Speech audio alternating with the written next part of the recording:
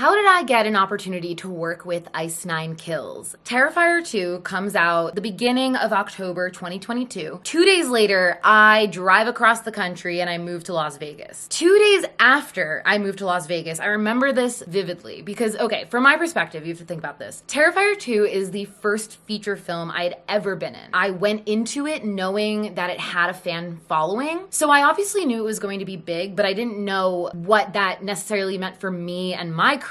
So yeah, it's been a week, maybe a week and a half since the movie had come out, and I was driving my mom to the airport so she could fly back home to New Jersey. And on my way back home, Spencer followed me on Instagram. I'm not followed by many people that have blue checks next to their name on Instagram. And I was excited because I knew of Ice Nine Kills because when the lineup for the very first When We Were Young festival came out, I saw the name Ice Nine Kills on the poster and my brain like rewired it and it said Nine Inch Nails in my head, which is my favorite band. So I got excited and then I was like, oh wait, no, that's just Ice Nine Kills. I don't know who they are, but let me check them out. So I checked them out, thought they were really cool. And then this movie comes out and the lead singer's following me on Instagram. And I saw he followed a lot of people from the Terrifier franchise. I figured he was a fan. And the When We Were Young festival, which I was just talking about, was happening 2 days later. And I felt like this was a really good opportunity to just like reach out and say hello. And like, we're gonna be in the same place in a few days. Let's be friends. So I DM'd him and I told him I was in town and I was thinking of going to the festival. And he so graciously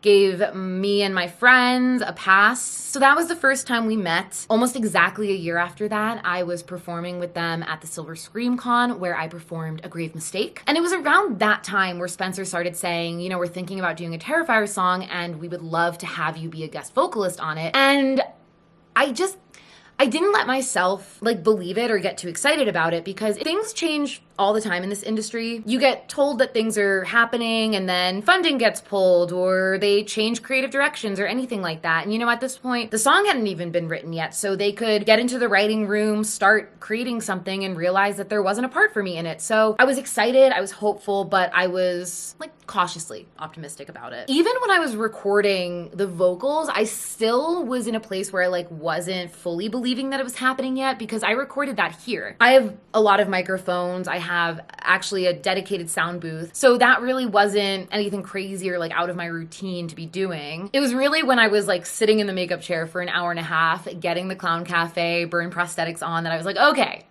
this is actually happening. The song is done. We're here filming this music video. There's a lot of people here. Like now I can start getting excited. And now the song is out. The reception has been so good and I'm very happy and honored to be a part of it.